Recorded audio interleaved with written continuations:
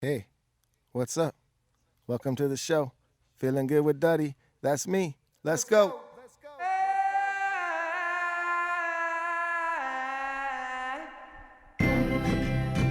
All right, all right. We are back with another episode of Feeling Good with Duddy. Always, I'm joined with my brother and my co-host, Jake Bushnell. Aloha. Today is a very special episode, as you can tell, because we have my good friend, Mr. Yesod Williams. Yeah, boys. All right. How you doing, brother? Good. Thanks for having me on. No problem. Brothers and brothers. Oh, yes. Thanks for having me on. Yesod. Our last guest didn't know we were real brothers, by the way. It's the thing. He left. He's like, I didn't know you guys were really brothers. I Yeah. thought you were just saying, like, brothers. Yeah. Well, I love it. I would have been like, yeah, thanks, brothers. But I'm like, thanks, brothers and brothers. and brothers. Because Yeah. you know. Whoa. Because we know. Don't spill your coconut drink. Yeah. Since Yesod is from the island of Hawaii, we decided to decorate today so that he would feel at home. And I feel like this is like, if you're, a true Hawaiian, that this makes you feel at home. These are all actual, like, very, very true Hawaiian trinkets, right? It's funny how in no way does this look like a strip building in Orange County. I feel like I'm in Hawaii. It's amazing. Nice. So Yeah. it worked. It yeah, worked. absolutely. And the shirt, you guys got me a shirt, Got you which a is shirt. it matches my outfit I'm wearing today and everything. The yellow is priceless. So For those who are listeners, it's what would you call that? Electric lime green, potentially, with a bunch of parrots or... No. What bird is that? that is definitely a toucan, Toucan. right? With the big bill. Yep. I think Yep, you're right. toucan Sam. That's why. That's the official bird of Hawaii. Yeah, yeah, exactly. Cool. Of this Hawaii, absolutely. Nice. This 10th island. Yeah. All right, well, shoots, brother. Okay. You know what? If you don't know who Yesod Williams is, not only is a good friend of ours that we've known for a long time and been playing music with this guy. I mean, I think we were just talking about it. Goes all the way back to 1999, but Yeah. he's the drummer for an amazing band called Pepper. Thank you. And if Thank you you haven't very heard much. of Pepper, is crawl out of that rock you've been sleeping under and check them out. Yeah, not just a condiment for the last 22 years. But no, I can't believe, like you were saying, 1999, which the band was just 2 years old. We had just moved from Hawaii. So because May of 99, we moved from Hawaii. I remember that. So earlier before the show started, Yesod and I, we were talking about how long ago does this relationship go back, and we were thinking he remembers Duddy in like 2002 and doing something with the Dirty Heads. Yeah. And there was a show where surround sound we opened up for Ika Mouse at a local venue, and it was 1999. The we have Galaxy. the Galaxy Theater that's Yep. now called the Observatory. I'm waiting on a picture that I hope comes through where our whole band was wearing like Lakers jerseys. We look ridiculous, but the Dirty Heads were on stage with us, and that was the first time I remember hearing about Pepper, and all we heard was band coming in from Hawaii. They just moved here. They're like back. I think you guys were already working with Volcom maybe, right? Yeah, because we'd hooked up with them through the artist that has done all the artwork on our CDs, which we just brought back for this latest one, which we'll talk about later. But Ben Bruff was a professional surfer for Volcom. We grew up together. He actually rode for Caton for a while Oh, back nice. in the day. But anyway, he had all the connections, and Ryan Immigart and all the boys from Volcom were just starting, which was what was Stone Entertainment back then, to launch the line, which was Ryan Immigart's band. So we, as this like ska / reggae / we had a little bit of punk rock back in those days, had a little bit of youth left in us back then, but we were able to sneak in there as the redheaded stepchild, and that's how we kind of first were able to connect right when we moved over here. We were able to go into their offices. They were kind of like, yeah, you guys can hang out. Like, we're not necessarily going to tell people about you, but you can use our printers and like make flyers and stuff And like here's that. a T-shirt. Yeah. So we were like, Yeah. it was seconds. It wasn't the shit they would actually be Oh, able to yeah. sell. It was seconds. And we'd usually, three of us would fight over one T-shirt Yeah. and whatnot. Oh, but, yeah. but yeah, no, it's crazy that was that long ago. I cannot believe What is that. That's like 24 20 years. years ago. Just 20. 97. 1999. I thought you said 97. Oh, 99 is pretty Yeah, low. yeah. You're right. You're Yeah, right. yeah, yeah, All right, totally. you know what? We're not known for math here, okay? 20 something, yeah. It's there. It's a number. You know, and it's 20, a- 24. Either way, that's a long time. It's Yeah. a long time. That's a long time. So before you came over here, to play music, had you ever been to the States? Yes. The mainland, I meant to say. Absolutely. And so just a little like quick history, which I hope this doesn't sound boring, but in 97, right after that was me and Brett graduated high school, Conowina Wildcats. All right. We and Kaleo graduated the year before. He's a grade older than us. That's in June when we decided to get together and start the band. And then a few months after that, I just, as my first trip, like, Mom, I'm gonna go to the mainland with some friends. I just graduated high school, like right on. I went to Mission Beach and stayed with some friends that had moved from Hawaii to Mission Beach. Nice. On the boardwalk. Randomly saw Buck-09 play, like this outdoor show in the boardwalk, and had some like inkling of like, damn, that'd be rad to like have the band over here, kind of thing. Went back to Kona after that, like amazing, like, if you would have been filming a movie, it would have been like my coming of age trip. You know what I mean? Like those sick 80s movies. But went back, and I think I just randomly told the boys, hey, we should, like, it'd be sick to move over there someday, I think. Like, and it was all stemming from this memory I had of Buck-09 playing.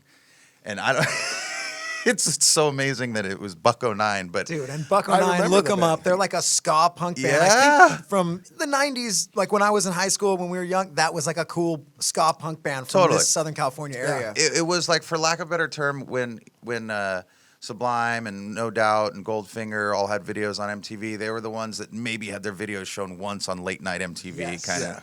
They got a little bit of love on K-Rock. Yeah, Like you'd hear right. them on there, but it wasn't. Like they were on that verge of almost breaking out, but never quite did. Right. And I remember too, I'd always be like, Buck-09, what the fuck? And then I realized that was the price of a 40. If you, it was an old English 40 was a dollar plus tax, so Buck-09. That's how That's they where got they that got their name. name. Boom. I never knew that. I didn't know that either.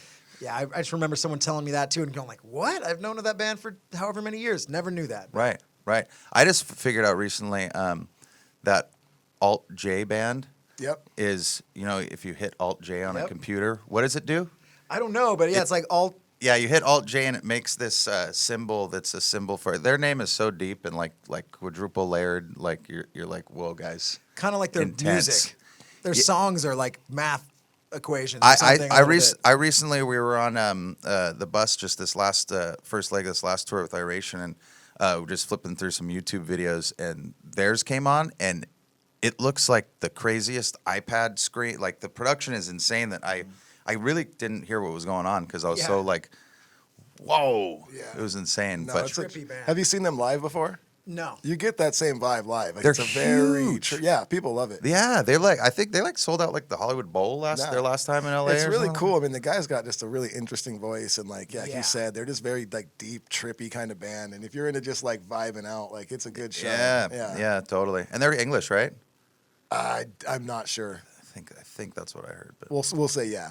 and It sounds like it. the drummer has congas in place of like some toms that he plays with his. I did notice that he plays with his sticks. Yeah, just like normal rolls and whatnot. So yeah, I appreciate. Yeah, there's that. no rules in that band. I like that. They're just making shit up. I saw him play with the, how gypsies would have the finger clackers? Oh, yeah. I saw like a performance on TV where he was clacking with those. I'm like, Oh fuck. yeah. Yeah. I've seen that. Well, there's not really a lot of rules in music these There days. are no rules. with Do the- whatever. with the internet and social media, and I think that's just because people are more able to make music. So in turn, a bunch more crazy shit happens.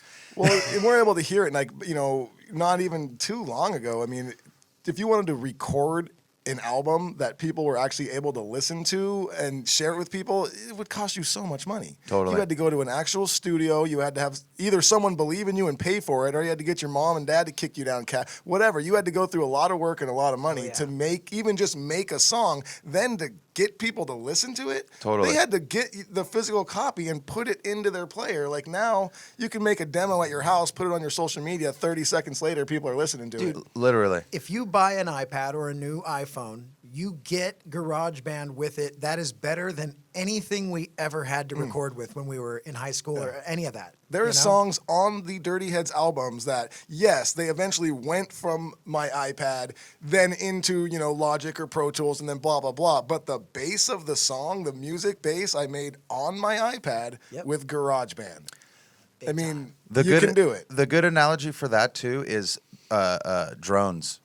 Because to get the kind of video and shit from a drone back in the day, not even quality of video, just the angles, you had to rent a helicopter Oh, yeah.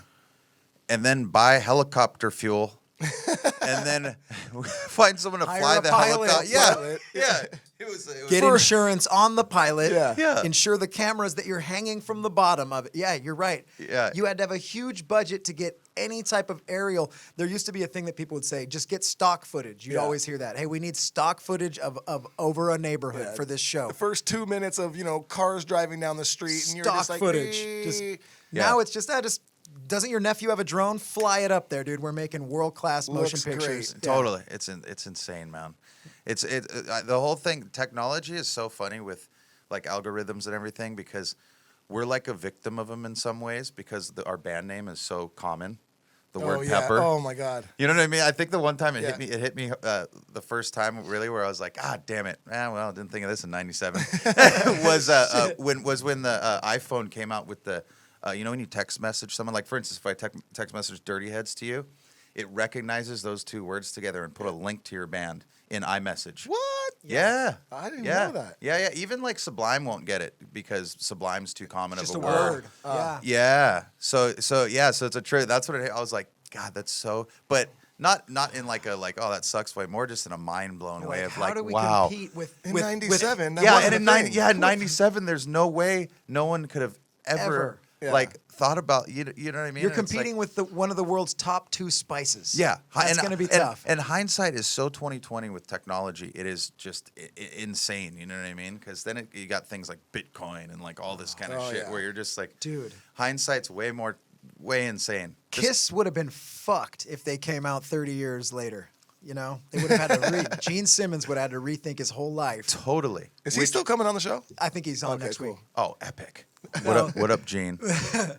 Hey, but this is another thing that I'm going to ask you guys is how gnarly and does Tool have to be that they've kept such a mystique in the music industry, in this world,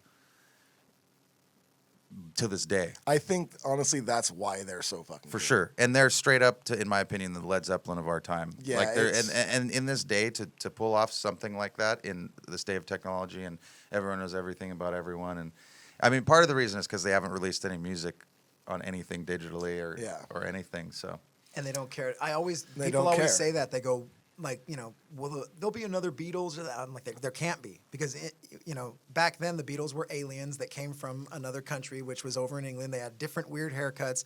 You only got to see them on The Tonight Show, and all the girls are crying. You can barely hear them. Oh, yeah. Nowadays, if you see a band or if you hear one song, you Google it, you've got their thing, you know everything about them, all their family members, you're following them, you've seen 65 interviews. By the end of that day, you're almost bored. there's no demand. It's, You yeah. hit There's 'em no up. demand built. It's like back what you were just talking about with the Beatles was just the demand was just skyrocketing. You know what I mean? Well, Like insane. all that stuff you talked about afterwards. Just it's like everyone's fulfilled and on to the next thing and And everything. it touches back onto what we were just talking a second ago, where it's like, oh shit, was that my phone? God. Dang it. Oh, son of a... It's so easy to put out music now. There's so much music out there, and Yeah. back then there really wasn't that many albums coming out a year Yeah. compared to now. So it was like you really dove in deep to the albums you had. Totally. You might only get 10 new albums a year that you like that you had. So now you have 10 albums to listen to. You listen to 10 albums in a week now, like easily. Oh, Like, totally. It's different. It's And definitely a different time. Do you guys find yourself pulling up Spotify or Apple Music or whatever and not thinking of anything to listen to ever? Oh, yeah. Yeah. It's like... Which blows my mind too. I'm like, how am I not thinking of anything? Yeah. There's and I start listening to the Everything. same shit over and over, and I'm like, this reminds me of the TV when you're like, Yeah. fuck, how is there Well, nothing I'll to still watch? do it even now Oh, I with know. Netflix. Like for Yeah. instance, on the road, like you're on tour and like you get off the show or you get done with the show and you're getting a little tired. You're trying to wind down. It's like, cool. I'll like go lay in my bunk and like I'll look for something on Netflix. I'll just scroll for like an hour and then Yeah. just go to bed and Yeah. not watch anything. Really? That's Yeah. what it is now. Lorna, my wife, always makes fun of me. She's all, "Are you going to scroll through Netflix and go to sleep?" I never choose anything. I just scroll. I'm just going, seen it, tried it, almost watched it, don't want to see it. Nicolas Cage did another one. Yeah. Fucking Bruce Willis. All right, boom, and then I'm asleep. I've been adding to Bezos's monopoly of the world, and Amazon Prime Video Yeah. has just been crushing it I'm on lately. Amazon Prime now, too. Because they've got all the classic albums shows on like all the Black Sabbath Paranoid album. the In the Air of the Night album. Oh wow, I Phil haven't even Collins. looked at the music Yeah, side. I of was it. thinking the videos. Oh You're no, talking it's like music. no, yeah, and they're like the equivalent of Behind the Music episodes from VH1, Oh, but they're wow. called the series is called Classic Albums. Oh, okay. cool. They do one on Back to Black. They do one on everything you could pretty Oh, much that's think rad. of. I'm gonna have to check that I haven't out. looked at Def that. Leppard, Hysteria, you know, all the bangers. That's awesome. All Yeah. the bangers. Dude, you just gave everybody listening so much shit to watch. Yeah. Because it's just like music. You just run out of ideas. Now that's I know. a whole Well, wormhole to go and, down and there. that's there's like 25 episodes of 25 like where the what's the Elton John where the Brick Road ends or the one with all the whatever his best one is. Yeah. You don't even have to like the band either. Those like Behind the Music, I'd watch it on whoever. Every episode was always great, even if I didn't know the band. I'd be like, Yeah, one word, Meatloaf. That episode's great on Bad Out of Hell too. dude's got one song. It's all right? it's amazing. Was- yeah. Oh no, that was Crash Test Dummy. Was Yeah, that, Meatloaf is 2 out of 3 ain't bad. That's Crash that's Test Crash Dummies. Test. Yeah. Yeah. What a I song would love. that Oh, was. dude, once there was this girl. Yeah, the And then wait, actually no, he's had it because he's also had I would do anything for love, but I won't do that. That was Meatloaf. That's Meatloaf. That's Meatloaf. Yeah. That's yeah, Meatloaf. yeah. That's his bang. That's the only song Well, no, there's 2 out of 3 ain't bad. That's a different song, right? Oh, No, he's got- that's Crash Test is. 2 out of 3 ain't bad. Oh, you're talking. Oh, yes, The song you're talking about is literally named. It's like 5 M's. and that's Crash Test Dummies. And I've got a funny thing about that exact band. So same exact time. This is mid '80s. There's a band called Crash Test Dummies. Lowest voice ever. The dude sings like this. It's fake. It's as low as humanly possible. Same time on the radio. She drive me crazy. Oh yeah, Fine Young. Highest possible voice. The finest and youngest of cannibals. Yeah. Absolutely. The Fine Young Cannibals and the Crash Test Dummies existed on this earth at the same time. Farthest spectrum of low to high vocals in human history. Look it up, millennials. That's amazing. And what a Crash Test Dummies. That's a pretty trippy name. I always have this question of it's kind of a question that you can ponder for the rest of your life. And would the name of the band be cool even if the band wasn't cool? Like Metallica, I think even if they would have never gotten out of the garage, that still would be a sick name. just a good You'd be name. like, fuck, that's a rad name. Yeah. The Beatles, I don't think so. If they never got out of the garage, Yeah. would you be like the Beatles? That's a cool name, dude. Well, can we touch on this for a second? The Dirty Heads. I don't want to start on our name, but anyway. Let's be honest. I don't know. I like your guys' name. Well, we like your name. Honest opinion. Okay, well, sick. At least we're doing something right? Dude, oh my God, your Dude, name. when So you step back, I've never done that. I've never stepped back from the Dirty Heads and was like, Yeah, you could just look at a band's name Whoa. by itself without the music Yeah. attached, and like I always think of the Beatles because I imagine it's hard to detach from the Beatles because they've written the greatest music arguably that's Yes. ever been written. So pop music, at least for sure. So it's hard to detach yourself from that, but I don't know. you know why they named themselves the Beatles? And this is probably a lot of where this they were in Europe. They wanted to sound like all the rad American bands that they like. And Oh. the Monkees, the Animals, the Bing. oh, there's somebody's they knocking named on the door. themselves like the Yeah. Beatles. Someone's knocking on the door. What? Who is this? Come on in. Oh, dude, we thought you might be hungry, Yesod. Oh, what's this? What is it? Oh, we have pizza? Look at that Yo, go! come on in, Oh. sir. Come on in, sir. Why don't Come you on. open Yes. that up and let's show him what type of pizza we got Oh, him. no. You could probably guess. You could probably guess. Does Yesod. it have pineapple on it? Oh, it does. You can just set it right. We'll set it. I'll take it. We got him some Hawaiian pizza from a You're- local Hawaiian restaurant, Domino's. Oh, dude. Domino's. Domino. Wow! Thank Hawaii, you, thank you, know. sir. I think he cooked that himself too. Yeah? Yeah, He cooked it himself? Yeah, I think he cooked Nice. that himself. I think he literally just surfed all the way here from Hawaii with that pizza. Yeah. he paddled his canoe over from Hawaii Yeah. with that pizza, and it baked in the sun on the way over yeah. here. You know, and then got salted by the sea salt fresh Yep. on top of that Canadian bacon ham. So if you ever get Hawaiian pizza, just know there's literally a restaurant in the middle of the ocean where true Hawaiians, they surf all the way to your house with Yeah. the pizza, and it cooks on the way there. Let's have another. Sorry to keep going off subject, but have you noticed how the shaka has become the new reggae colors? Oh my God, totally. Thank you. It's Okay. like taking over the peace sign. Yes. Thank you. And I'm not gonna lie, kind of Oh, bugs dude, it's a, Oh, dude, you look out in the crowd and everyone's just. me.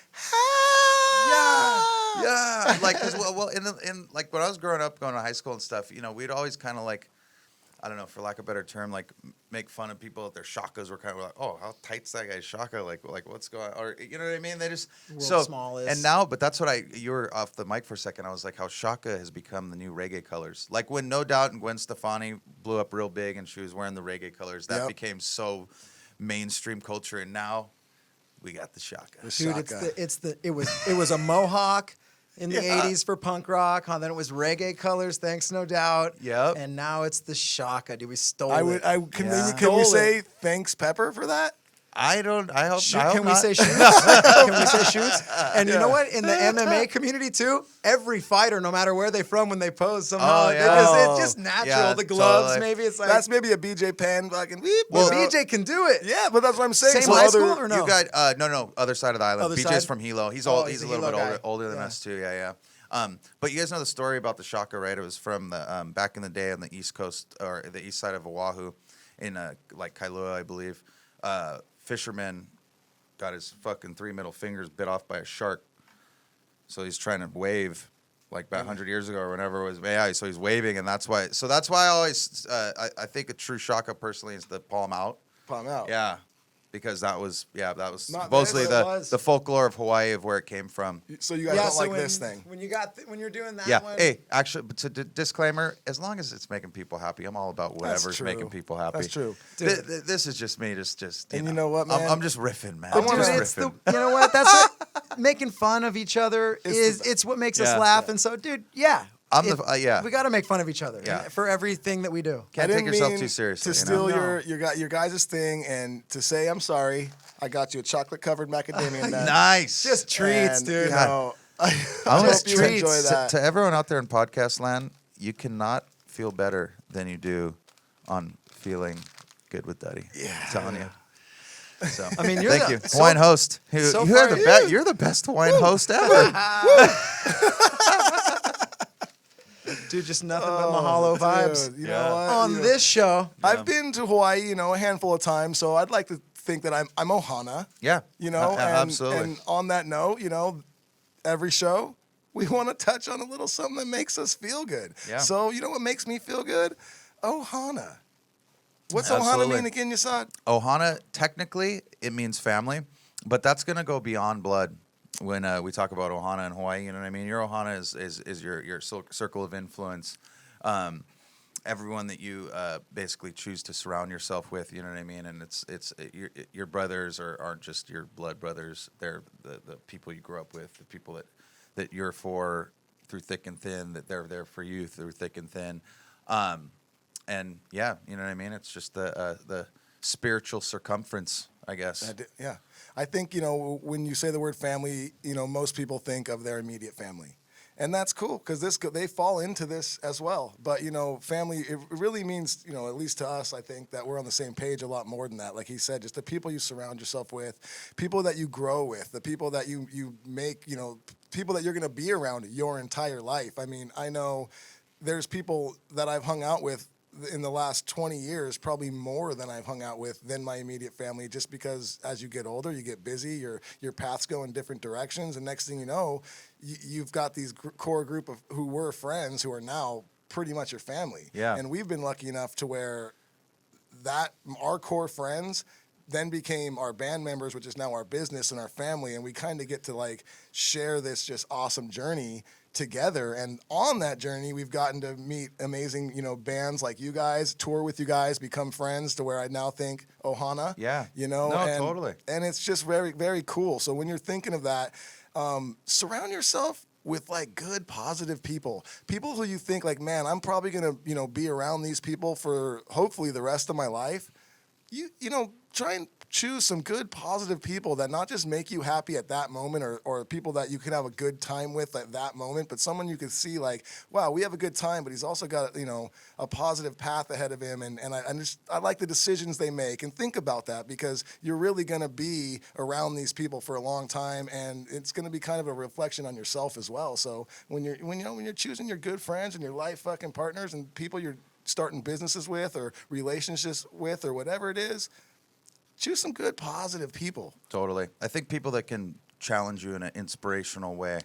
You know what I mean? Totally. Because that seems like the best way to get out of your comfort zone a little bit, which is in turn a way that you're going to grow. You know? 100%. So, You become who you surround yourself with. That's just absolutely true, you know? yeah. So it's if- impossible not to. Yeah, if you're hanging out, if you're an artist, you want to surround yourself with artists or people that are going to inspire you in that field, whatever you're into. Obviously, you have your family members. You don't get to choose everyone, so you just try to be the best you and pick up family members if they need it or friends along the way that are downtrodden. It's okay to be there for people and help them up. But in the end, yeah, you want to surround yourself with good people. You're going to act like the people you hang out with. You're going to hang out in the places they hang out with. So surround yourself with lovely people, and you too will be lovely. Yeah. Well, and that's true. like touching on that. I mean, that's why I was saying it's like your spiritual circumference is your ohana, and that could be bad people if you choose that to be. 100%. And that's going to equate to nothing but bad things, in my opinion. So, yeah, no, totally. You're hanging out with all car thieves, you're going to steal some cars. Yeah, you know? I mean, you guys hit it on the nose. It's nearly impossible to not become the average of all the people that you hang out with. You know. Yeah, and if you surround yourself with good people, you got a nice solid ohana around you. Yeah. You're probably gonna feel good, right? I would Jake? imagine so, Duddy. Yes. Oh, you're gonna feel so good. And you know what? On this Segway show, captain, dude. on this show, Feeling Good with Duddy, we've got a couple sponsors, and they're things that make us feel good. We align ourselves with And- positive sponsors, We Duddy, do. making us positive and Yes, feel good. Yes. And one thing I like to do with my ohana is drink whiskey. And our first sponsor of the day is a sponsor that has been with us since the beginning. Proper 12. Where's Proper 12 from? It's an Irish whiskey, but I believe that it's an Irish whiskey. I want to say it's distilled in, I don't even know. I should have learned this. I do know it's delicious. So, because there's the difference between it being a bourbon and a bourbon's got to be from America, right? I'm not the guy. Yes, you are correct something. on that. I'm not, yeah, I'm just throwing this shit out there too. This Okay. might just be stuff that I've heard along the way, you know. But and Oh then yeah, because you hear Kentucky bourbon, so I think exactly. I think yes. yeah. You're right. And then that's kind of going to be, I would guess, a rootsier, more legit version of Jameson. Proper 12 is what it's looking like. Oh, distilled, aged, and bottled in Ireland. Yeah. Boom. Bang! There you This go. is like Yeah, yeah. Conor McGregor's brand. Yeah. You know what I recently found out is how low calorie Guinness beer is. Yeah. It's I one could of the not lower calorie fucking- beers. It's Oh, like it's what? like Coors Light. It's one of the got like lower 100 calorie beers. Like 120 calories a fucking can. A lot of people would not think so. No. The thickest, frothiest Yes. one. We just did another thing. Yeah, let's get a couple shots of this Proper 12. Yeah. Well, on that note, one more second. Proper 12, if you haven't tried this, go pick yourself up a bottle. It's really good. And as I did that, did you see that I did the reggae colors? Yep. I did. I said, shit. That now means reggae colors in Reggae sign colors. language. The shaka. Proper red, 12. yellow, green. Pick it up. It's delicious. Get a bottle. Have some friends over. Take some shots. And if you take a picture of yourself taking shots with your friends with the Proper 12 bottle and you tag Feeling Good with Duddy in it, I'll send you something. I won't tell you what it is, but I'll send you something. And Yesod, And He'll it's gonna send you some air. and it's gonna feel good whatever you send them. is. I guarantee that. it is indeed. We're gonna try some koi Yesod's hemp gonna take derived CBD. CBD hitters. Proper 12. Boom. Cheers. Also on this show, we have another sponsor. I Koi CBD. It's an amazing product. I use it every morning. I use this dropper every morning, not only because I feel, Is that full spectrum? yeah, and I feel like this, it doesn't only just take the edge off my day, it really can help you with any sort of pains you have, inflammation. It's great for. It's Yeah. you know, if you're someone who takes a lot of like pain pills, over the counter pain meds, give CBD a try. I think it's going to help you with whatever ails you, and it's a lot healthier for you, and it's delicious. I'm going to take some right now. A little tidbit about CBD. We did a couple tours ago, did a VIP package with some CBD pens, and we had a number of fans hit us up that had Crohn's disease, and they said how much it helped their Crohn's because with the inflammation, I guess Crohn's. Is that a stomach deal? Yeah, it's like might be an intestinal thing or something. But yeah, it's just it's just a statement for how amazing CBD is for a number of things. You rarely hear anyone not stoked on CBD. Yeah, well, it's non-psychoactive. It's like So it's- I mean, the main thing you hear about marijuana is people freaking out and panicking because they get so high. You know what I mean? Yeah. So if you're not getting that, and You're just feeling comfortable. I love Koi so much. I made them a song. Koi CBD, I love your drops. They taste better than tater tots. They even help me with my brain. I even think they help my pain. Koi CBD, I love your drops. They feel better than brand new socks. Koi CBD, thanks a lot. Because if you go to their website right now and you put in code DuddyB, 20%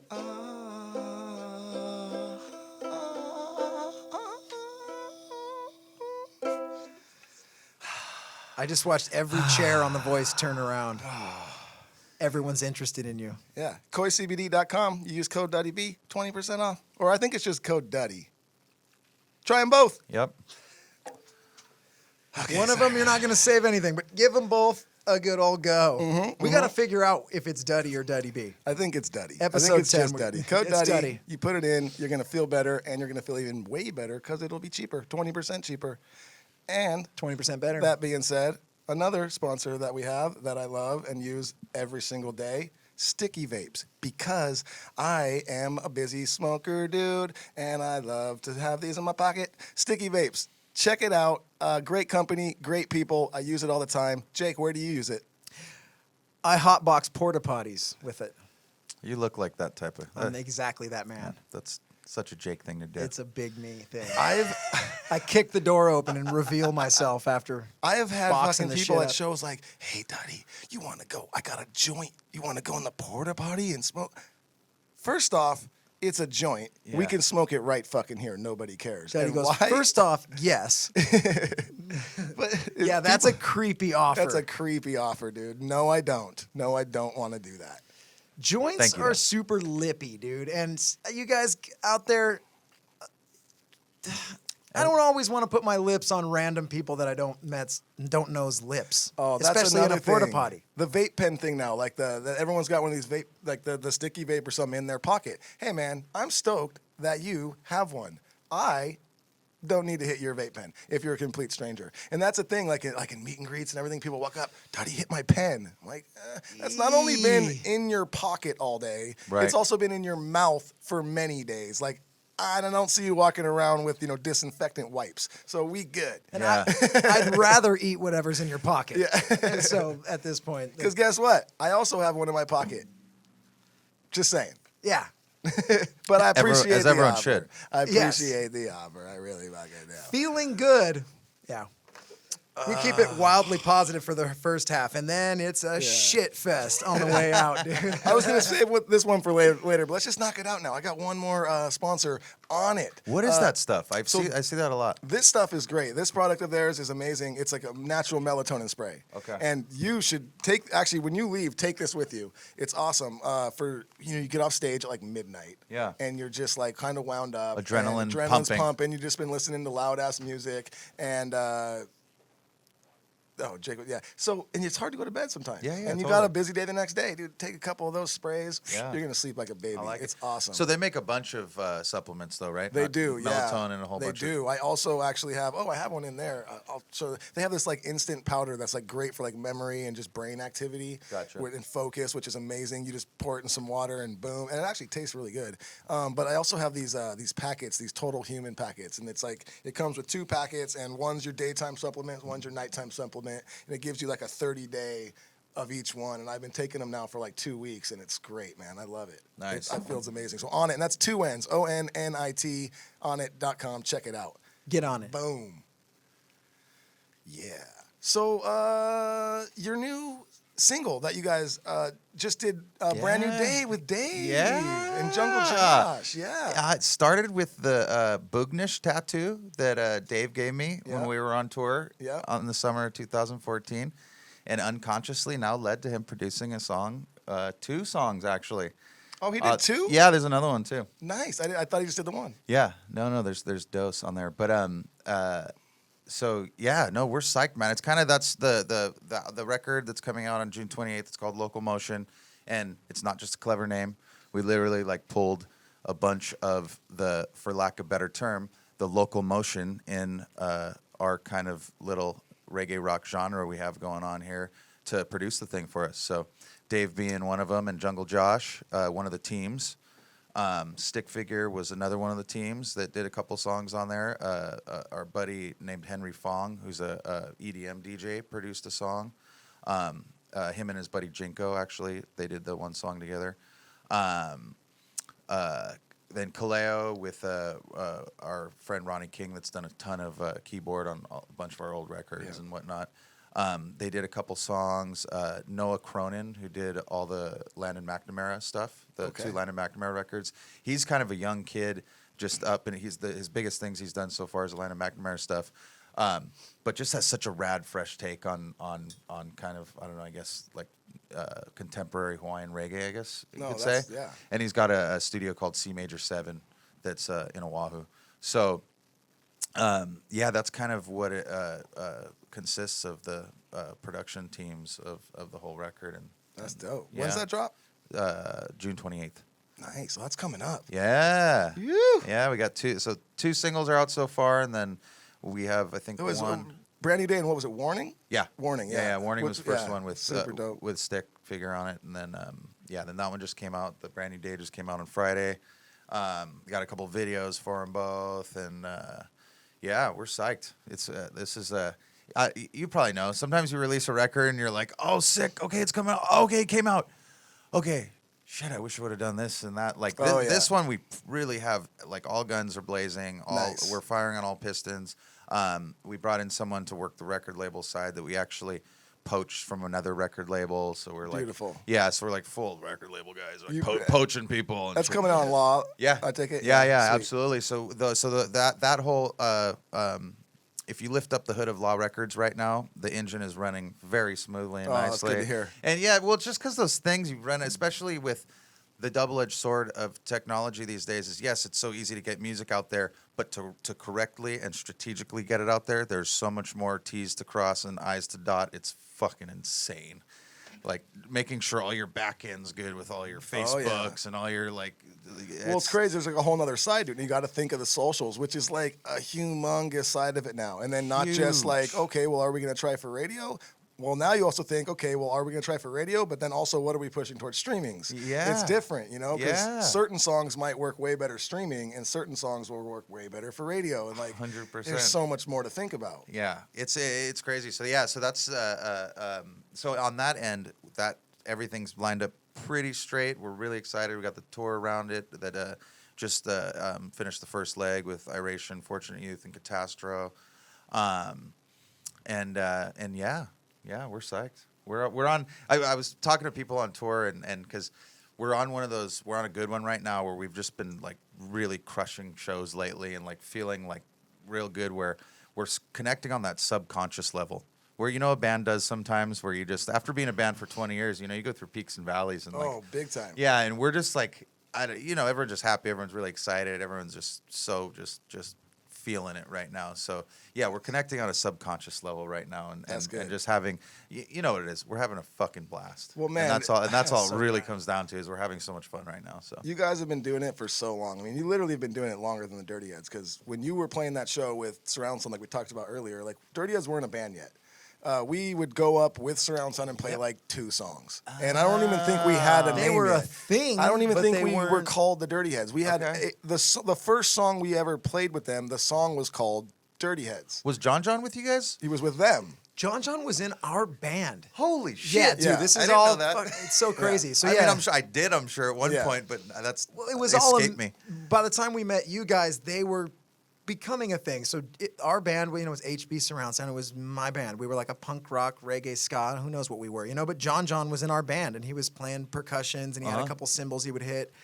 And the Dirty Heads, Duddy and Jared had 2 songs. They had a song called "Give Me the Microphone" and a song called "Dirty Heads." And we just knew that they were good, Right when we heard them, we're like, "Oh, that's unique. Like what we're doing is cool, but we're just doing this. Like what they did was unique." Totally. Everyone knew. We're like, "Oh, that sounds different than everyone." So we would just bring them up to play those 2 songs at our shows, and the song, the show that we played with Pepper in 1999, the Dirty Heads came up and did their 2 songs at that show. So shortly after that, they became a band, called themselves the Dirty Heads, and they maybe had 5 songs now, and they had nothing. It was just my brother's acoustic guitar, him and Jared singing. Yeah. So John, rather than sitting around not having much to do when we played punk songs, we're like, why don't you just go with my brother and be the percussionist? So John was like their drummer. He's all we had. It was all they had. So now at least they had Duddy on guitar, a percussionist of some sort, and John plays the damn bongos and djembes and everything like it's a drum set. So it had this unique, cool sound, and from there they picked up other instruments and fucking Well, because that was when crazy. that incarnation with you, Jared, and John was when we first linked up at SWAT in San Felipe, right? It was the 3 of you. That's right.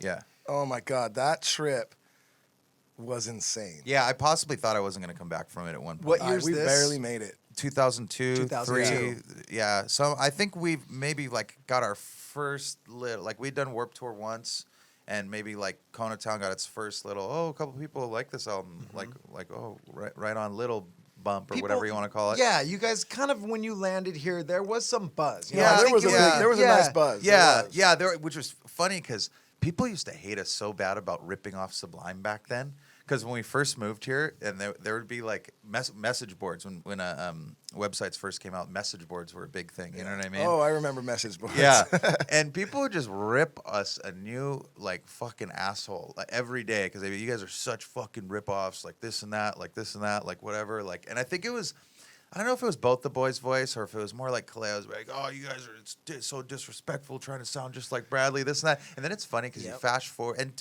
Troy, we are the biggest Sublime fans there is, and like we're coming at a point where like, what?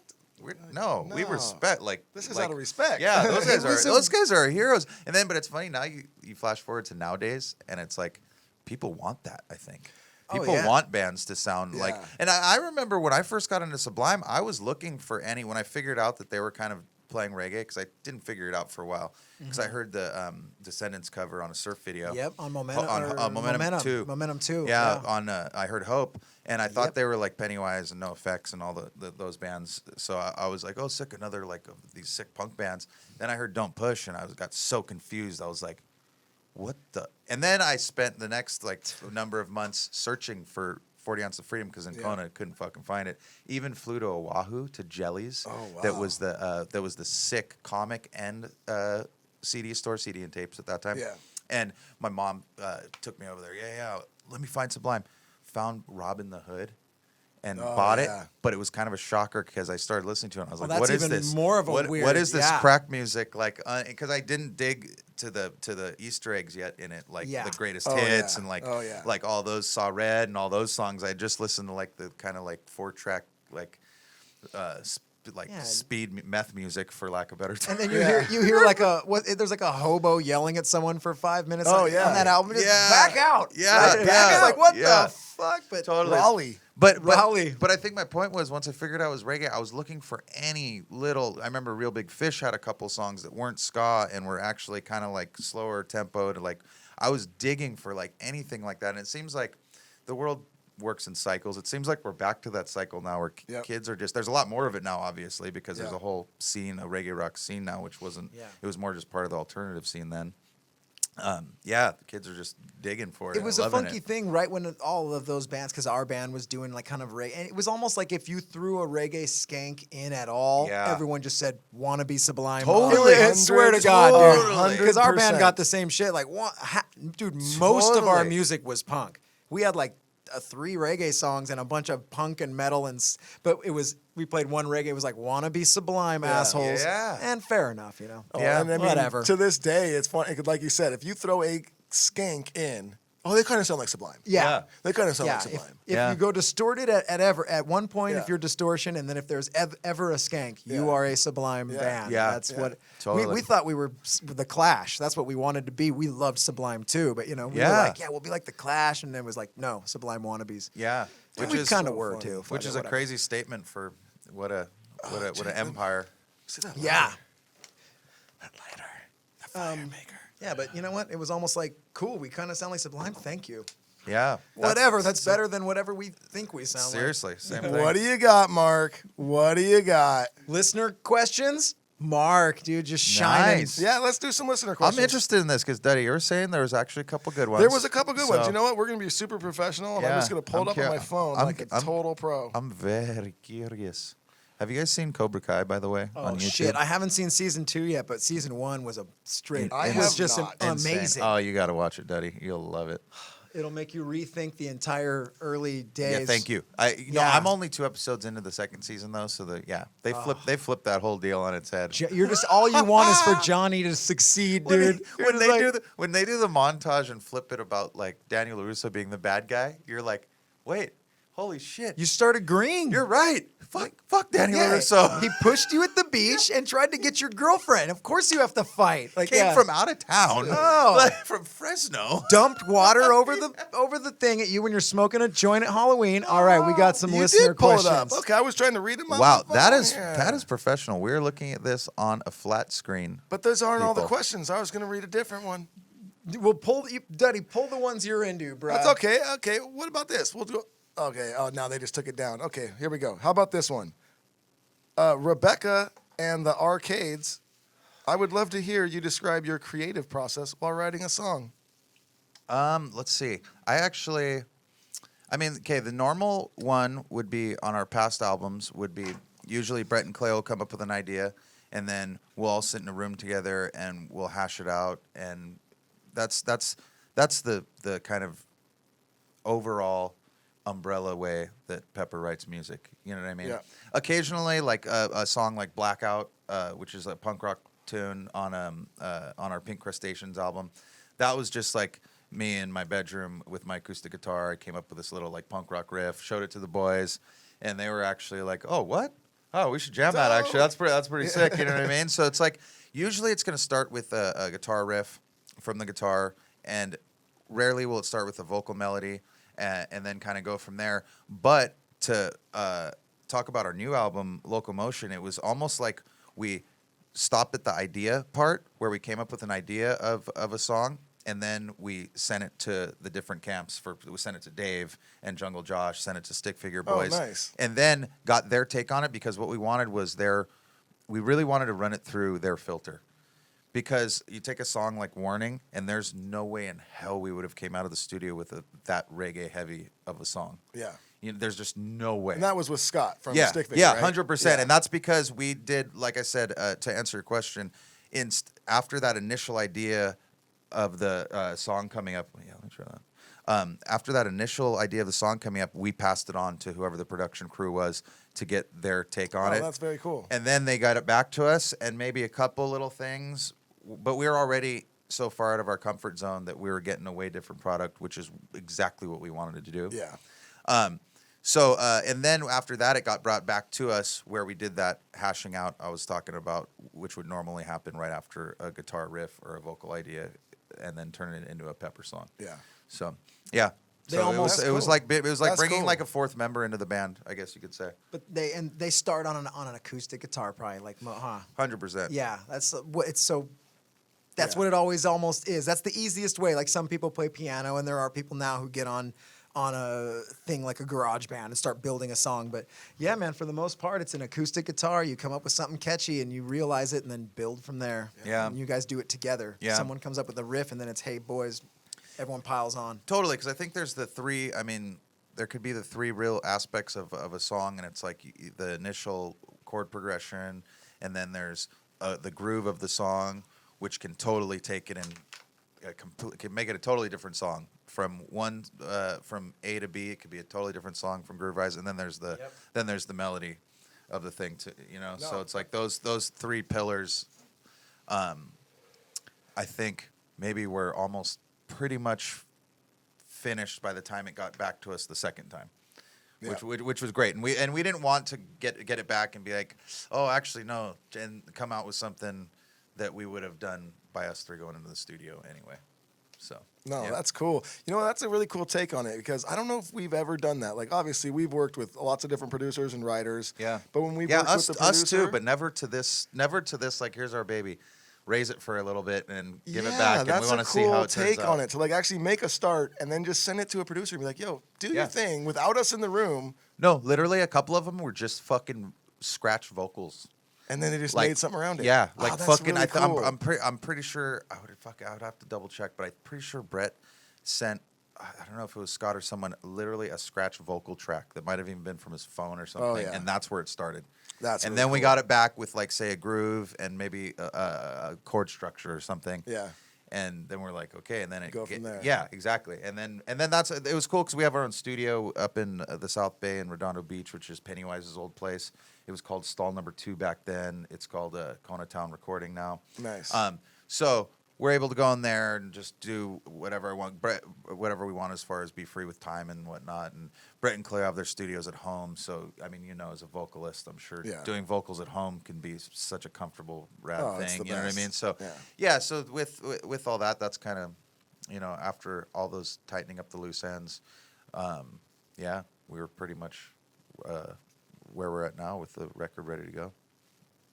That's super cool. Yeah. Good question, Rebecca and the Arcades. Thanks, Rebecca. Heady Hippie 710. Is there going to be any more pepper strains available? Hawaiian pepper was in fuego. Yeah, no. Speaking of, the Hawaiian pepper was by a company called Johnetics up in the Bay Area, and it was pure sativa as well.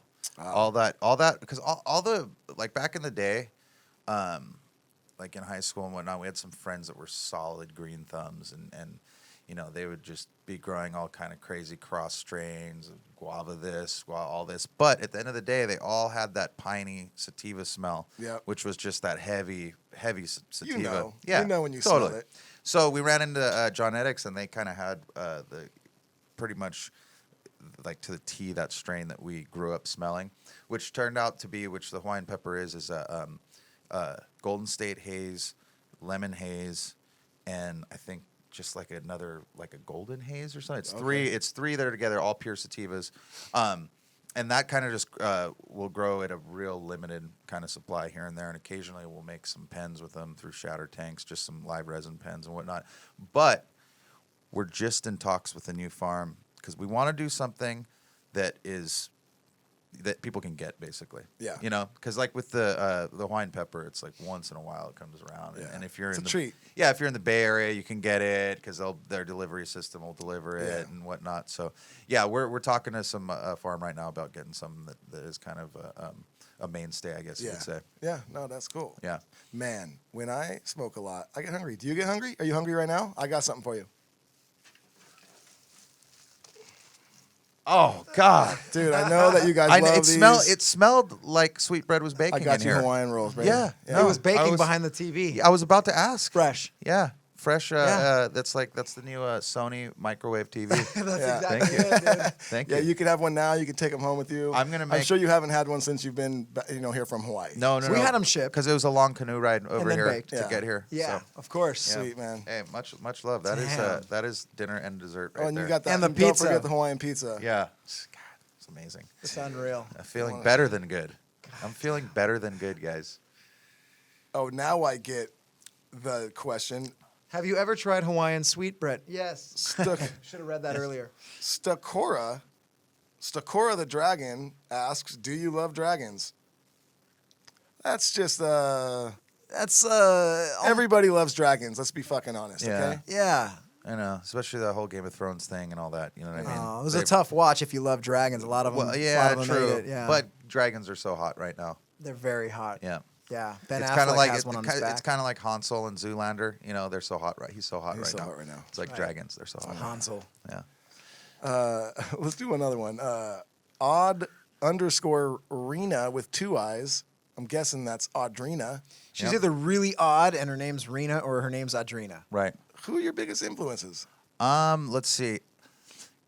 I gotta say, it's so funny because I was talking to the wifey about this the other night, and it is like, at the risk of this sounding douchey, Lars has probably had the biggest influence on me as a drummer. That doesn't sound douchey at all. Okay, yeah, the whole Napster thing. People like to hate on Yeah, Lars. well, I'm not saying I think it sounds douchey. People I'm like just to saying, hate on you, as we talked about earlier. God, You you're right. want to be sublime. People like Yeah. to hate. Yeah, That's you're why they right. need the Especially feeling good with especially- Duddy. God, especially with social media too. Oh, these days. dude. But nonetheless, yeah, Lars probably the biggest influence on me. My mom took me to see the Injustice for All tour at the Blaisdell Arena in Oahu in 1989. It was probably like the main thing that really got the engine running to want to play drums and whatnot.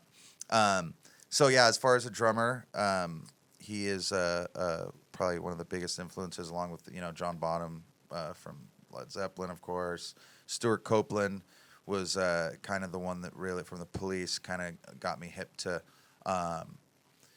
you can play reggae drums without playing reggae, in a sense. I don't know if that makes any sense, but like It's weird because the police are playing reggae, but it does. You have to like think about it and go, "Oh, that's reggae, sort of." Or even just break it down to like the drum groove or something, like "Walking on the Moon" or something. You know what I mean? You're like, that's a straight up reggae groove, but but it's such a big pop song. At the same time, it kind of gets lost. That gets lost because.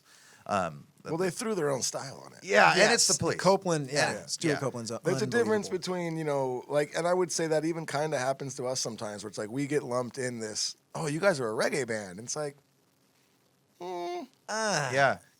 we're very There's reggae in influenced it. by reggae, Yeah. and I think that's the same with Police. It's like I wouldn't say, oh, the Police, that's a reggae band. No. Would I be like, man, they're heavily influenced by reggae? Yes. Yeah, But I totally. would never be like Police reggae band. Totally. That's a nice spectrum too, because you got John. You said Lars, who's just like a heavy pocket guy, but he does have cool, weird timing things. And then you got Stuart Copeland, who's like a tingy-tangy, more light-handed drummer, but it's like I don't know. He's using a lot of weird symbols. Weird and- stuff. Oh yeah, a lot He's of a real fun accent, drummer. real accenty, Super accenty. Yeah, Yeah. super fun drummer, and that's like I think that's part of Stuart Copeland and definitely Lars.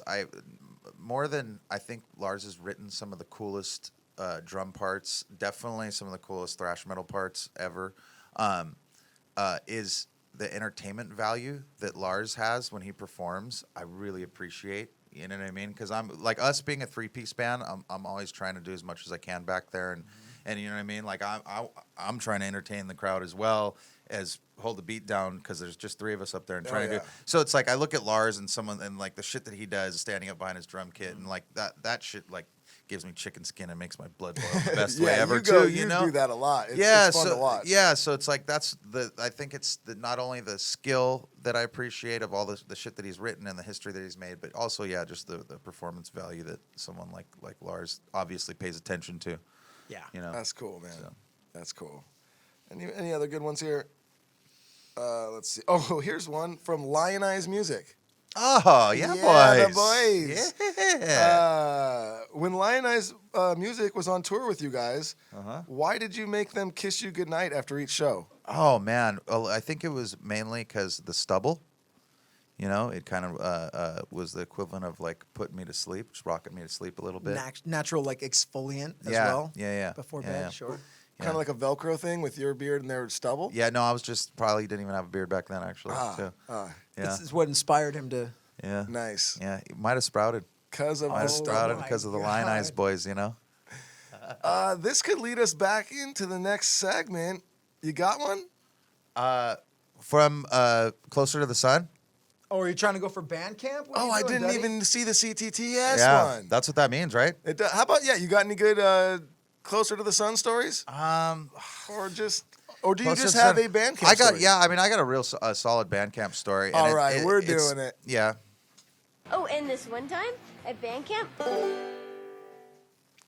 So this one time at band camp, I guess it's kind of a skin pincher for me, which is the ones I always look forward to because whenever I look back to my young self and be like, what the fuck? I can't believe this is happening. I'm like, yes, those are the moments in life I love. yeah. So we were on tour in 2007, I think it was, and it was with us, the Mad Caddies, and the Supervillains. It was right after we put out the No Shame album.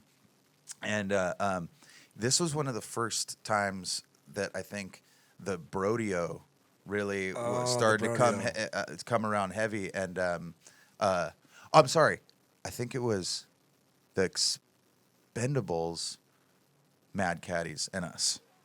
And anyway, we're at the Fillmore, and we'd been for the Brodeo, we had been covering "Eat the Meek" by NoFX, and doing it acoustically.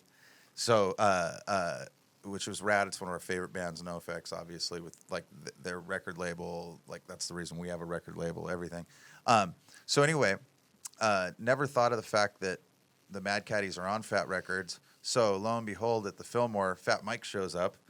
And he's like, and we've known him from Warped Tour, kind of, but still, he's like, he's Fat Mike. So we're like, hey, what's going on, Fat Mike? And instantly, I'm like, shit, we're gonna play his song, and like, he's maybe like, like, hey boys, maybe we should talk. Like, everyone's like, nah, fuck that, nah, let's do it. So I'm like, hey, Fatty, yeah, good to see you, man. Hey, just to let you know, like, fuck, man, we've been probably kind of butchering your songs. This was before internet was like Instagram. So he shit probably like hadn't that. heard. Yeah, no, he tells us, he's like, no, actually, I did. I saw a YouTube video of it. I'm like, oh no, I actually want to jam it with you guys tonight. I want to play bass. Nice. I was like, you got to be kidding me. So then flash forward, we're doing the Brodeo.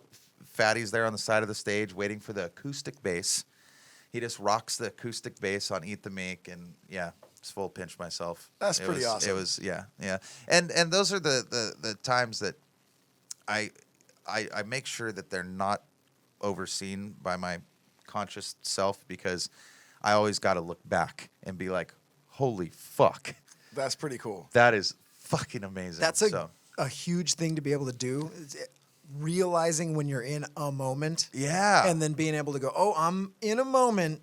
Like, let's go ahead and soak this one in. Like, yeah. even Enjoy if this. Yeah. It Even doesn't. If it's sorry, go ahead. No, I'm sorry. It's hard to do sometimes, because also, like for instance, I sat in with Steel Pulse for when their drummer passed away. They had Grizzly, God rest your soul, legend, rest in paradise. When Grizzly passed away, they had a tribute for him at the Henry. Just pointing towards LA. Right back behind Yeah. this TV, they did a. Yeah, they had at the Henry Fonda. They had a tribute, and they invited a bunch of drummers. So they invited me. That's cool. First thing, I was like, "Who? Do you have the wrong number? You might have the wrong number." But nonetheless, I had a hard time enjoying the moment because I was so fucking nervous the whole night. So it's hard. Yeah, it's hard to do sometimes. That's and a big even, one. Well, even when you recognize it, and afterwards, like my lady was like, I could tell you were nervous. I don't know, and like I was happy with how I played and everything, but I was like, I had a real hard time Loosening up. yeah, and like, enjoying it. Yeah. Like, oh man, I'm here with all these drummers that I look up to and being included. Like, I totally get it, and everything's so rad. But fuck, I'm so nervous, Dude, Dude, it's such a true. good thing to be nervous too. That's yeah, like it is. dude, totally. And it didn't help that when at Soundcheck Omlock, the bass player, I've met David Hines a couple times just at festivals. Like, hey, nice to meet you. Like, big fan, whatever. And he always seems like such a kind of mellow, not very stern guy. Right when I get on stage, Omlock's like, hey, yeah, just to let you know, like, David, he's kind of a stickler, like, especially about tempo. I'm like, oh, God. And then he rolls on then he rolls on stage in completely different demeanor than I've met him from a fan perspective, because now I'm, like, playing drums for him. Way stern. I'm just like, and I think that's what kicked me off, where I was like, oh, man, this is heavy. I gotta be perfect. Yeah. dude, but, that's insane. But, yeah, so... That is cool. But those are more of those, I guess, those times that I look back and I'm like, I can't even believe this is happening to me. But thank you, and I'm very grateful for it. So That's rad. yeah, So we were just hanging out a couple days ago. yes, At Cali Roots Fest. yes, And correct me if I'm wrong, but you guys played the very first one with us. Yeah. You guys were the headliner of the Yeah. very first Cali Roots yeah. ever. 2009. There was like 1,500 people there. Maybe 1,500 people. Maybe was it like us? You guys? Was it Expendables? I think so. And like Ballyhoo, maybe. Yeah, one stage. And that might have been like it. Maybe one other band. Yeah. I don't know about you, but did you have any idea that this whole genre was going to blow up like it did back No, then? it's been pretty crazy to be a part of Mind-blowing. the ride. Yeah, mind-blowing, right? Yeah, like you said, like I never knew. I guess to continue in this field, you have to have some sort of like gut, like feeling or inkling of like, man, I think my band's gonna make it. Totally. You have to have that. If 100%. you're not thinking that and you're doing this, Yeah. what the fuck are you doing? Yeah. You know. You're mad. So I guess we always just thought like, yeah, man, I think our band can make it. But I never thought like, hey, man, I think we can just blow this whole scene up, and we can grow this whole scene together. Like, I don't think that was ever the thought. No, never. And not saying that we started the scene at all, but I do think that, you know, we've been kind of a part of it since it really started to grow. Yeah, totally. And you guys especially. I mean, you guys even were in it a few years before we started. Yeah, and I think that's why I brought it up, is because because it continues to grow, and I think I was like semi-joking over this weekend, where Cali Roots is almost a barometer of how big the reggae rock scene is blowing up, because now it's this crazy 15,000 people a day festival that runs every year, and it's pretty And mind the blowing. list of bands are insane. I know, because now you got like a stick figure that's blowing up to become I mean, who knows? In a couple of years, they'll probably be headlining amphitheaters. You know what I mean? I think they're close. I mean, I think they're close too. I mean, they were, I think, like probably the opening act of the shows in this scene. For sure. 4, 5, 6 years ago. 100%. Only that long ago, and now Yeah. they're like headlining huge festivals. Yeah. I mean, couldn't happen to a nicer group of dudes Totally. too. Like, I love those guys. You know what blows my mind too is they haven't put out that much music. Yeah. I mean, I know Scott was really busy before he formed the band and started Yeah. touring into that, but I was tripping out because I noticed the other day they haven't put out an album since 2015. They are constantly touring. Yeah. They're constantly on socials. And they made a strong album. And they made a strong album. Yeah. And they put on a good show. Yeah, I mean, really, that's the recipe for success. you Totally. know? I mean, because I think about it like when, just in commenting on a strong album, when we put out Kona Town, obviously we were a tiny band, and it took a while for that thing to blow up, and then it blew up in 2005, 3 years after we put it out, and blew up big, where it carried us for years. You know what I mean? I mean, thing still helps carry us. Oh, You know what I mean? It's totally. definitely one of the fucking tires of our vehicle that's moving. Yeah. So I mean, our first album too, Any Port in a Storm. Same Yeah. thing. Like that, we toured off that album for like 5 years. totally. You guys tried for a few singles off that album before it. Yeah, Before that Lay Me Down Lay Me hit, Down which wasn't wasn't even even on on the that album. album. Yeah. We It had to just re-release brought it. Well, because there was Stand Tall that Native Wayne. He did like the very end of it. He did Yeah. that That scat thing Reggae on Steady, it. Wicked and Wily. Yeah. And Stand Tall had a minute on K-Rock where it was being Yeah. played. It just never hooked. I think it was more of a locally radio It was, thing. I don't think yeah. it ever even got in the top 20 or nothing like that. Mm-hmm. But it got on that one movie like Surf's Up. Surf's Up. Oh, yeah. Because I remember us being excited, like, holy shit, their songs on the local radio. Like, Yeah. they've played it more than a few times, Yeah. but Yeah. then it just wasn't. Yeah, and it got played on random other stations that maybe like Arizona because we would play Arizona, Yep. maybe Colorado because we would play Colorado. But it wasn't like it was just being ran on the radio. Like, but yeah, so it's crazy. Like, you can, if you make a strong piece of work, you can really, you can tour off it for a bit. And that's something that will not change. No. Whether there's fucking technology happens or doesn't happen, or new social networks or something besides social media happens, is the fact of a quality product will never change. It's true. You know what I mean? And it's like, because all that's like the albums we just talked about, like whether you put those out now or then or in the 80s or I think they would. It's still a solid piece of art. It is. And what was Kona your second album? Yeah. Yeah. Yeah. So that was young in your career too. Yeah, And I but- think that's. Oh, sorry. Go ahead. No. I was just gonna say, but we'd been playing those songs for fucking like 2 years Oh, before we okay. recorded them. Okay. So that's why there's that argument which is pretty true, where that first, second, whatever that first like flagship album a band usually does is, it's hard to top that usually, because it's usually songs that they've been playing for years. Yeah.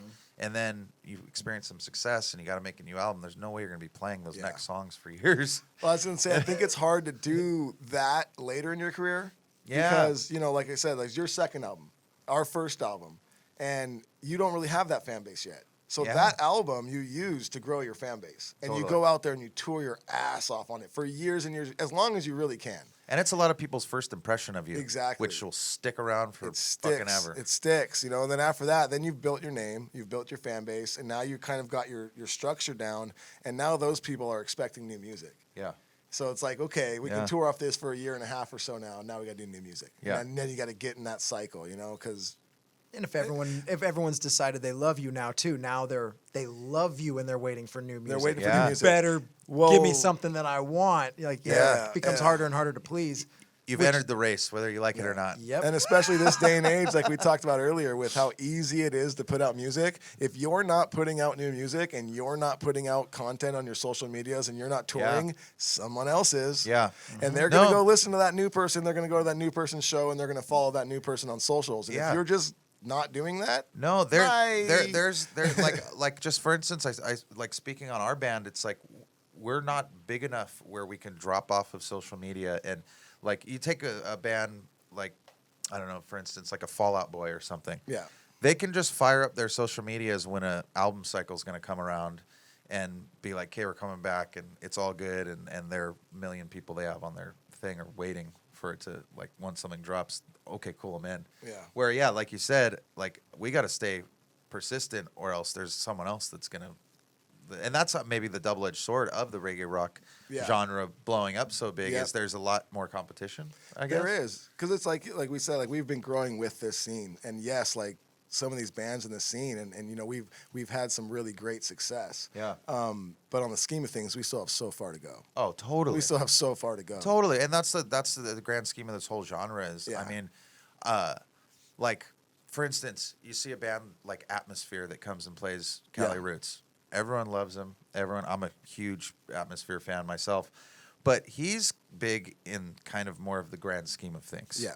He can play anywhere all over the world. He can go to do a headlining Europe tour and sell tons of tickets. And he can, you know what I mean? He's I think, big beyond his scene, which is the work that I think this scene needs to do. Not even pinpointing any bands per se, but just the scene in general. Needs to become bigger than it's still just growing. popular within itself. Oh, It's 100%. so young. Let's do that. 10 years ago was the first Cali Roots. 10 years is not that long ago. Not at all. So the fact that it's come this far is pretty cool. But like you said, we still have a lot of ways to go. Because I always compare it to bringing it back to NoFX and that whole thing again. I think about them in the 90s and when like Green Day blew up and all that. And that whole, what would that be the second wave of punk rock or the third wave of punk rock? Third, Yeah. I think. So that made that third wave of punk rock go mainstream. Yeah. And even like NoFX, Punk and Drublic went gold. Yeah, You that know, was an when they amazing weren't album. even trying to One of though. my favorite punk rock albums of all time. Absolutely. Linoleum is just the absolute classic of that era. But yeah, so it's like I always kind of think like, because it seems like there's some parallels going on now with the reggae rock scene where it's like this little underground scene that now is selling more hard tickets to live shows than multi-platinum acts around you know what's funny is we just played on this last tour we just played the Rave in Milwaukee. Oh shit! I've been there. We've been there. Is it still scary No, they as actually shit? they actually redid. There's full production offices with a sick window to the haunted pool. So they left the pool there. They left the pool, but it's full like showers, green rooms that you can look out to it. Wow. But my point is, we played the big room, which holds like 3,000 people or whatever, 3,500 people. Downstairs in one of the smaller rooms, I think it was actually the room that we played in 2014 on the tour that we went on with that AER band. Yeah. Was this guy that I forget his name, JID or something like that, JID or something. Oh, JID, yeah. Yeah. And anyway, he's dope. Yeah, so everyone, especially the younger guys like Catastro, we love him, East Coast or East Atlanta Playboy, like whatever, we love this guy. And I'm like, what? I never even heard of this guy. And I look it up, and I look up his Instagram. He's got like 850,000 followers on his Instagram, which is so funny because I'm relating it back to selling more hard tickets than bands that are selling or not selling, but having 100 million streams. Yeah. It's funny, that disconnect to me. There's a big disconnect. Yeah, where the big one too with me is my favorite all-time band, Ween. They have like 12,000 followers on their Instagram because all their fans are old, don't give a fuck about Instagram. Socials. But they'll sell 10,000 tickets. Like, they'll sell one ticket for almost every follower they have on Instagram. Imagine if JID did that. He'd be like bigger than the Beatles at Shea Stadium. Yeah. Like, so those disconnects trip me out, but I always just equate it back to, I think it's real young fans. It's the young fans who are all on the socials and they're all on the up-and-coming artists, but they're not so involved that they're willing to go buy a ticket and go to the show. Or they need to convince their parents to go buy them a ticket. Yeah. And so that's where that disconnect is. So And it's just great. And that's there's no technology. instruments almost. Did he have a band? No. And Just DJ. I think that's another part of it. Yeah. It's like Hip it's hop. almost it's hip hop. Like Hip hop's tough live, It's man. hard. Dude, it's hard. It's hard to be entertaining when it's just you and a DJ. Yeah. And if you can pull that off, you're the real deal. Do you think even and that atmosphere does Real that deal. to the T? It's amazing. Yeah. Okay, do you think another layer of that is stand-up comedy? Because you don't even have a DJ. I think that's even I scarier, think that's the dude. gnarliest fucking form of entertainment. We had a stand-up comic on like 2 shows ago, and we talked about the differences of how brave you have to fucking be to grab a mic and stand in front of a bunch of people and go, "I'm gonna make you all laugh and right the, now." The Like, fuckers like Andrew Dice Clay that were straight Madison Square Garden, just Oh, like, yep. yeah, like to entertain that many people with a fucking microphone. That's it. No music. And your wit. No music. And your wit. Like, Yeah. and we talked about you can't go up there and play your hits. Like, hey, you all, I'm gonna come here and play all these songs you love. It has to be fresh, Yeah. new material, or Exactly. get at it. Like for us, like, oh God, shit, man, we're not feeling tonight. Oh, let's just play Dirty Hot Sex. Okay, they're pumped. Cool. Play we're the outta here. bangers. Yeah, like everyone's sick. We can't. Yeah, Let's yeah. just play the bangers. Okay, we're good. We're out of here. Let's play Lay Me Down and dub it out for 20 minutes. Whatever. Yeah. Totally. Fuck Yeah, it, bring man. someone up from the crowd, have them sing, and even Yeah, the bands will exactly. do that shit. It's like, Yeah, dude, as a do that. comedian, Big up to stand-up comedians, Damn. man. Like massive respect. it's like if your album it's like as soon as you release your album, you then have to erase it and write a new album. That other album's done. No one on wants to hear it on stage live. Right. every time. Every 'Cause song you have to play to the crowd, they've never heard before. Yeah. every time. And win them Yeah. over with that. Yeah. Yeah. You know, when you've seen a band sometimes when you just want to hear the 10 hit singles and they're playing only the new shit and you're like, come on, guys. I'm here to sing along. I haven't heard, like with a and- stand up, it's only new shit. And if they've heard your new shit, they might get bummed too, because Yeah, I they're don't like, "What? even He's like it." recycling, or he's recycling." Or if they hear the old shit, I'm sorry, they might get bummed Oh, because they're like, totally. "He's recycling old jokes." Oh, you can't even do it. You can tell them. Once you've released your Netflix special, those jokes are done. You cannot do those anymore. Whole new hour. You could tell them their favorite joke they've ever heard, the reason they're a fan of you. They love this joke more than anything. They tell it to their friends, and you tell it on stage again, and they say, fucking, you already Yeah. said that Yeah. fucking joke last Dude, time. this joke's 10 years old, asshole. You'll get Yeah. booed off the stage, Yeah. dude. And there's another thing. People can just boo and just hijack your gig. Yeah. But if they boo your band, whether you're louder than them, Yeah, not totally. as a comedian. Oh, every, yeah. every asshole in the crowd's in your ears. Those are more character builders for us, because I remember being on tour with Cottonmouth Kings, and we got some drinks thrown at us. It was 2000. Oh, yeah, Oh, they got 2000 those fans. Juggalos, bro. The Juggalo fans where it's like, they're only there to see their bands. Yeah, And if you are 100%. not their band they're there to see, you're dead. We did picture this. It was 2004.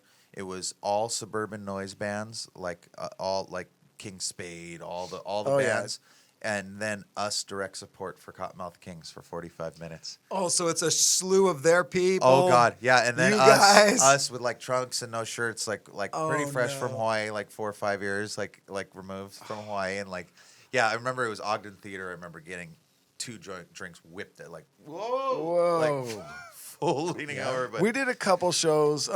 Luckily, it wasn't to that extreme. yeah, this was a full tour we did too. Yeah. That's why. So We did like a couple shows where I think it would just be like one person who luckily like we were friends with, like Big B would open. Yeah. Or Yeah. something. And then we would go on like right after, and then, Cottonmouth King would play or something. Yeah. And there was definitely like the people out there were like, get the fuck off the stage. yeah, yeah. Luckily we had I think it was half and half. So we Gotcha, were yeah. able to get through it. We would always win over the not full blown Cottonmouth King like Juggalo type Yes. fans. We'd win over like the guys that were just wearing like the skaters that like were the just wearing- pothead. Yeah. I'm just a pothead and I Yeah. like this rap music. And, Because I'm thankful for that tour, because to this day I'll randomly see a kid with a Cottonmouth King's hat at our shows. Totally. You know what I, I mean? think- And yeah. I'm like I know that motherfucker guaranteed somehow found out it stems back to Yes. that tour. He was there. we So didn't back win them then. all over, but you know what? I think won a few over, and For that's sure. all you're there for. Yeah. I mean, that's really freaking it. yeah.